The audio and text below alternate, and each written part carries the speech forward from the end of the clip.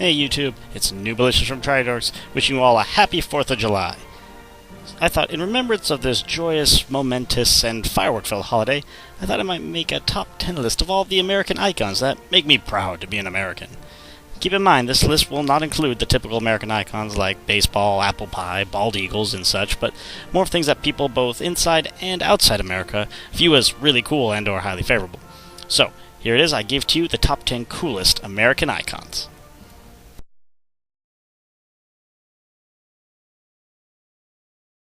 Starting off this list is the most recent American icon, Gipsy Danger. This animatronic American is the one that is called when the world is under siege from massive monsters called kaiju, and the rest of the world's giant robots, called Jaegers, just can't save the day without a little help from America. I believe Gipsy represents America's relentless fighting spirit, being that no matter how the odds may look, and no matter how damaged it may get, the sense to protect the innocent, uphold justice, and to punch evildoers in the face will always be the key to its power.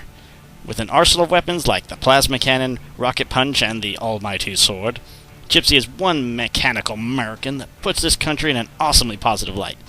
Now, if only we can convince our government to start making giant robots.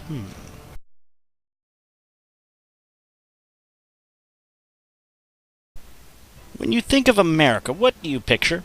Apple pie? Baseball? Corrupt politicians? Well, what if I said the Muppets? Coming at number 9 is the ever-patriotic Sam the Eagle from the original Muppets cast.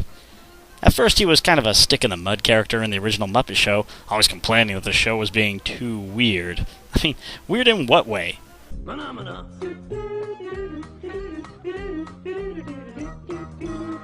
Okay, it had its weird moments. But as the Muppets grew, so did this classic American character. When the new Muppets movie came out, casting him as a satirical representation of an obvious Fox News anchor was simply genius. Then with its sequel, Muppets Most Wanted, they made him even more hilarious by partnering him up with the French Interpol agent. This created a perfect comedy duo that were constantly poking fun at how each country handles their judicial system. Sam the Eagle is, in my opinion, a hilarious Muppet that portrays how the rest of the world sees us. Isn't that right, Sam? Someone must work for integrity and decency. Someone must do this, and I shall continue to speak out, knowing someday I will get my just desserts. Sam, you will someday get your just desserts. What was that? Just dessert.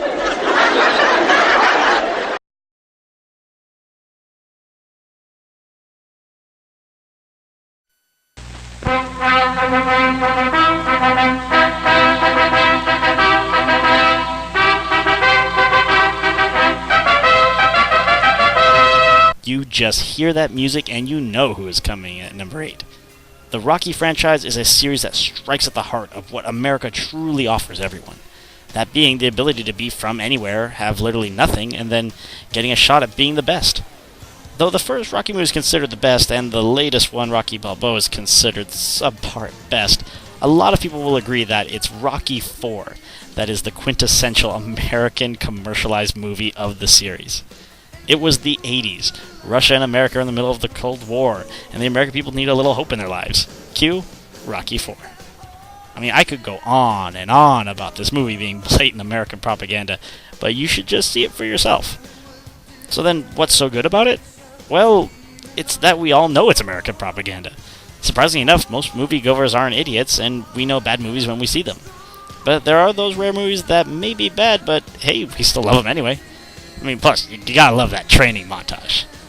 Ridiculous but lovable, the Rocky franchise is simply American.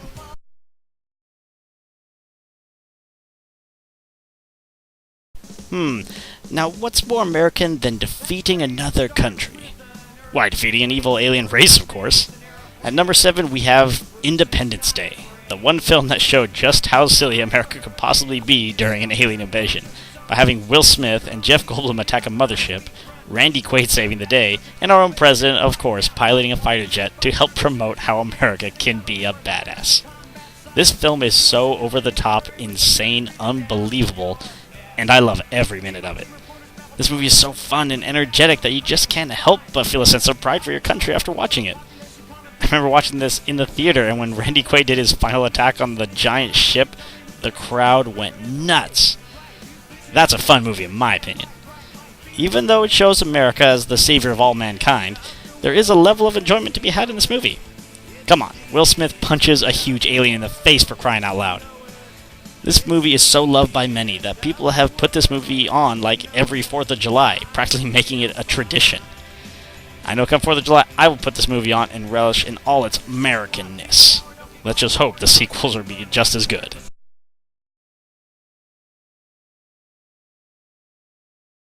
Now, I know what many of you are thinking right now. Mario is an American, he was made by Nintendo in Japan. And while that may be true, people often forget that Mario is technically Italian, a plumber, and lives in Brooklyn, New York. That sounds pretty American to me. Having grown up in the late 80s and early 90s, I was a diehard Nintendo fan, and Mario was as American to me as baseball and macaroni and cheese. Even those who aren't Nintendo fans have at least some respect for the prodigious plumber. His never-ending battle against the tyrannical Bowser and his horde of minions have captivated so many minds of children from the 1980s to right now. So much so that he has become a household name here in the States. Even yesterday's gamers who have kids now still have a good time with Mario games like Mario Kart and Mario Party. Mario has even become so popular that he is more worldly known than even Mickey Mouse. Now that's an American icon we can all respect.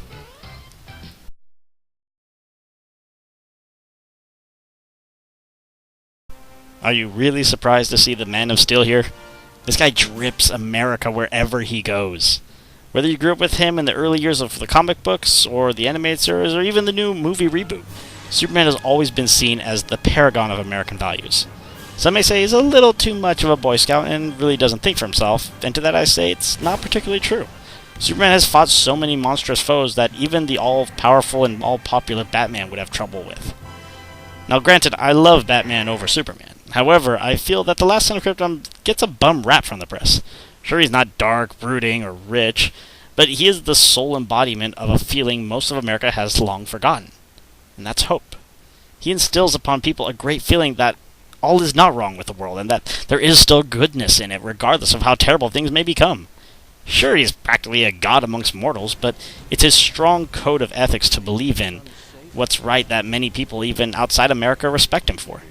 And to drive my point harder home, listen to each of their classic theme songs, like Batman and Superman's.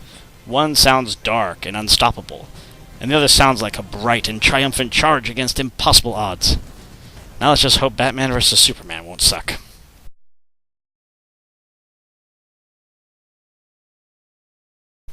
Team America World Police was made by the South Park creators Matt Stone and Trey Parker, and I will forever thank them for releasing such a hysterical masterpiece. This film showed how gun-crazy, explosive-driven, and moronic we in the States can be. It satirizes conservatives, liberals, North Korea, terrorists, and, of course, actors. I think people love this movie so much is because we don't make fun of ourselves a whole lot, and when all the stereotypes are laid out on the table in front of us in hilarious fashion, we as Americans will eat it up. Not only did it have humorous puppets, but it also had a kick-ass theme song that every American should be proud to sing.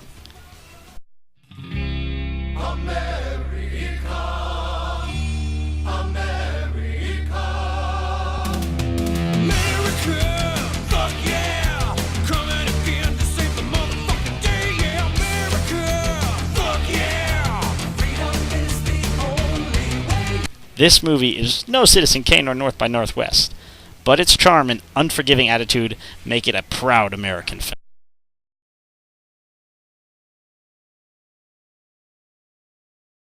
Who is America? Stephen Colbert is America. This man has risen from the low ranks of The Daily Show to become the true voice of the people, both left and right wing. Okay, maybe not right wing, but he does do a good impression of one. His character being an obvious nod to Fox News' Bill O'Reilly, Stephen Colbert brings to the table a sort of nonsensical viewpoint on America's political system. His truthiness, being stemmed from his gut, is so witty and deadpan that he has amassed a huge following called the Colbert Nation. I mean, just take a look at this clip.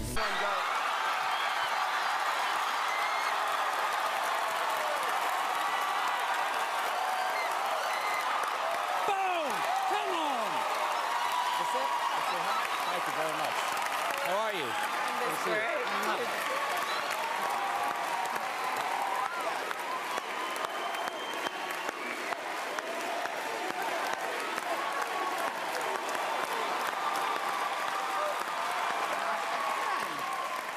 Now that's fandom. I remember a few years back when he said he might run for presidency, everyone in Washington freaked out and tried to keep him from running, not knowing it was all just a gag. I mean, hell, it even spawned a movie called Man of the Year starring Robin Williams. You know, about a whole political comedian who decided to run for presidency and how freaked out everyone got by it. Mr. Colbert can do practically anything and everyone will love him for it. That's how popular he is. Hell, he even stayed in character when he had to appear before the House Judiciary Committee for some bullshit he did on his show. He symbolizes the type of American we all wish we could be. You know, pointing out all the flaws that our congressmen and senators dish out to us, on the people, on a daily basis. He is a great American, and the guy can dance. If you do run for president one day, Mr. Colbert, you sure as hell got my vote.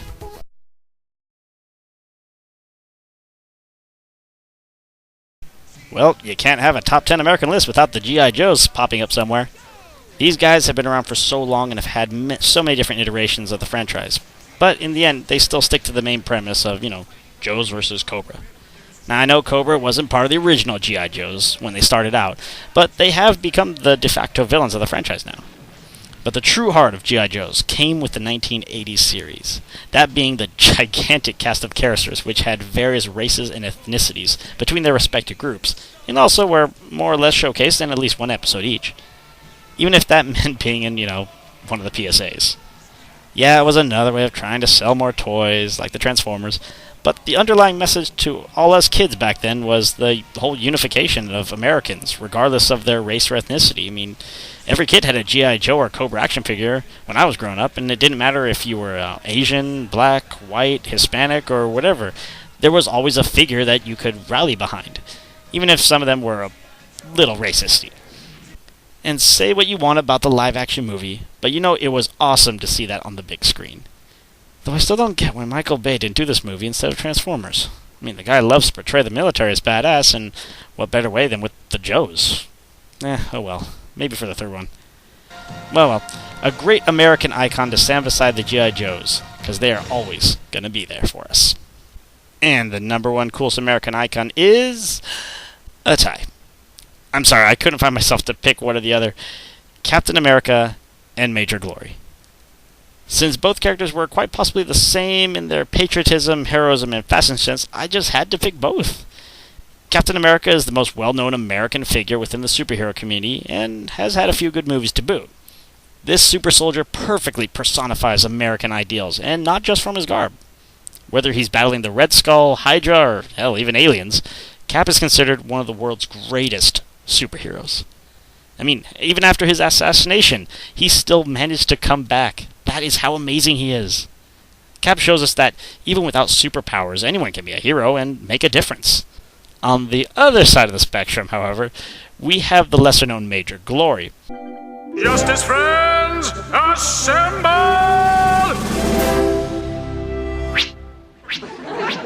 Justice friends, assemble!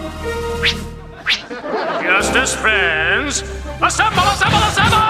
No need to scream, Major Glory. We're right here. Over the top, hammy, a little obsessive with how his team should act, and quite the drama queen, Major Glory can still take on almost any foe and spew out the most patriotic speeches. But that's what makes Major Glory such an American icon. Proud and commanding at one point and tantruming and oblivious the next. We as Americans have to acknowledge both our good and bad traits that the world sometimes sees in us.